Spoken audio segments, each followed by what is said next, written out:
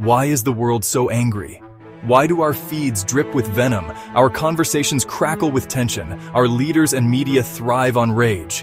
Why does every headline feel like a spark thrown into dry grass? Because anger is their business model. Anger sells. Anger spreads. Anger fuels the machine of profit and power. And the more anger circulates, the weaker we become. Trapped not by chains, but by our own reactions.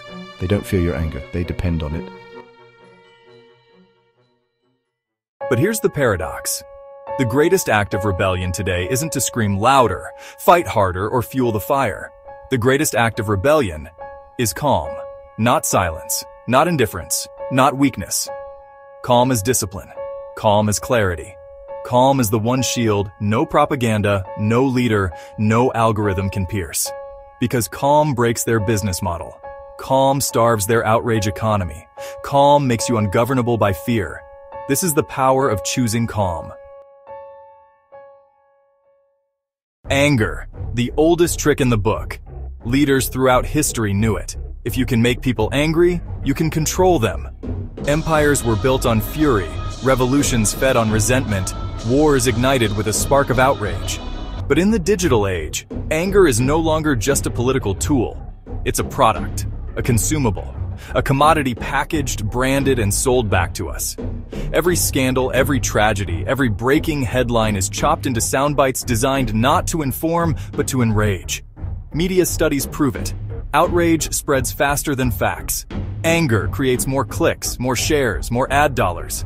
Social platforms engineered entire algorithms to hunt your fury. They study what makes your pulse quicken, what you hesitate over, what you cannot resist commenting on, and then they feed you more of it. Your rage is not rebellion, it's revenue. Think about that.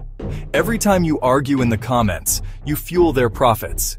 Every time you share in fury, you strengthen their grip. Every time you fall for the bait, you're not resisting. You're participating. And what does anger do to us?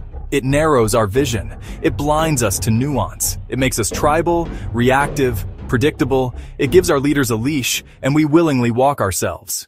But calm is unpredictable. Calm is unprofitable. Calm is ungovernable. Marcus Aurelius, emperor of Rome, lived in constant storms. Plague, war, betrayal. And yet in his journal, Meditations, he wrote to himself, "You have power over your mind, not outside events. Realize this and you will find strength." He knew it. Armies can be defeated, wealth can be stolen, reputations can be slandered, but a calm mind, untouchable. And that is why calm is rebellion, because they can strip you of everything, except your clarity. Calm doesn't mean you don't care. Calm doesn't mean apathy. Calm means refusing to dance when they play their song. Calm means answering manipulation with discipline. Calm means choosing clarity instead of chaos. When 1 million people choose calm, the entire system starts to wobble, because without outrage, their engine stalls. Without division, their grip weakens. Without fear, their leash breaks. The illusion of strength in anger. They've sold us the lie that anger equals strength. If you're not outraged, you're not paying attention. But that is exactly the trap. Anger makes us pawns. Calm makes us sovereign. Seneca wrote, "He who angers you conquers you." Let that sink in. Every time you let a headline hijack your emotions, you are conquered. Every time you let a politician make you hate your neighbor, you are conquered. Every time you let a stranger online dictate your mood, you are conquered. But when you choose calm, no one conquers you. How calm works in practice. Calm doesn't mean silence in the face of injustice. It means measured, strategic action. Calm means pausing before you post, checking before you share, breathing before you respond. Calm means replacing hot takes with considered truth. Calm means connecting with voices that build, not voices that bait. Calm is not withdrawal, it is the fiercest form of engagement. Because calm sees clearly where anger is blind. Calm builds where anger burns. Calm protects where anger exposes. So the next time you feel your blood boil from a headline, pause. The next time you want to fire off a rage-fueled comment, breathe. The next time you're baited to hate your neighbor, remember, calm is rebellion. Flipping the tools. Social media is not the enemy. The internet is not the enemy. They are tools. The same tools used to divide us can connect us.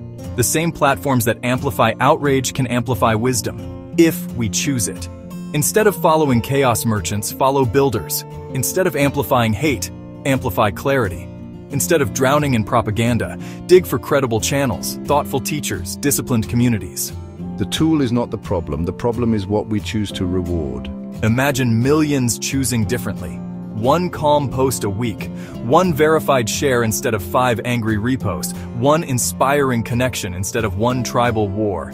Algorithms would shift, feeds would transform.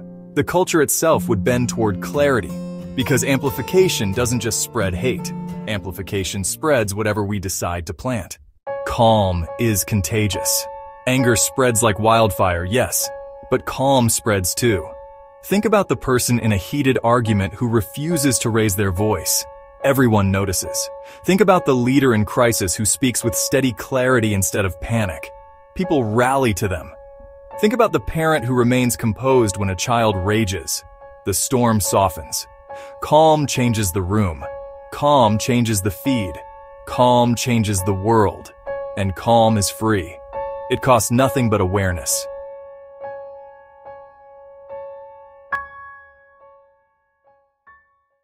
Epictetus said, "It's not what happens to you, but how you react to it that matters." That is the Stoic blueprint for the digital age.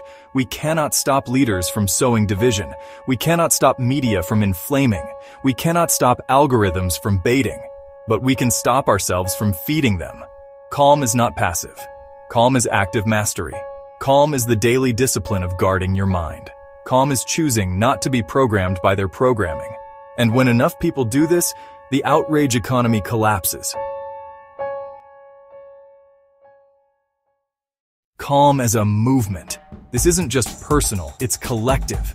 Because calm isn't just about your mental health, it's about societal survival. Leaders divide us because division works. Media inflames us because outrage pays. Algorithms trap us because anger keeps us scrolling. But imagine, if millions chose calm, division would fail, outrage would die. Anger-driven algorithms would collapse.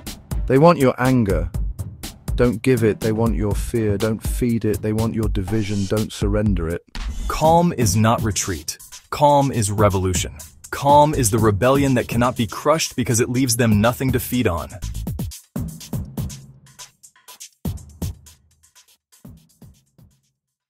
Call to arms without weapons.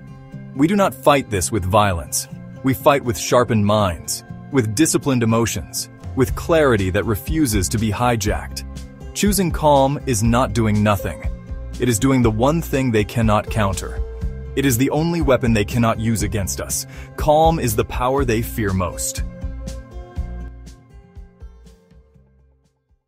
So the next time you feel manipulated into rage, remember, calm is rebellion. Calm is clarity. Calm is sovereignty. We don't need to burn the system down, we just need to stop feeding it. Division is their weapon. Outrage is their currency. Fear is their leash. But awareness is our shield, and calm is our revolution. Choose calm, spread calm, become ungovernable. Because when enough people choose calm, the world cannot be ruled by chaos anymore. Subscribe, share, and click on notification for the next episode. Thanks for being here with the Stoic Quotient, where ancient strength meets modern life.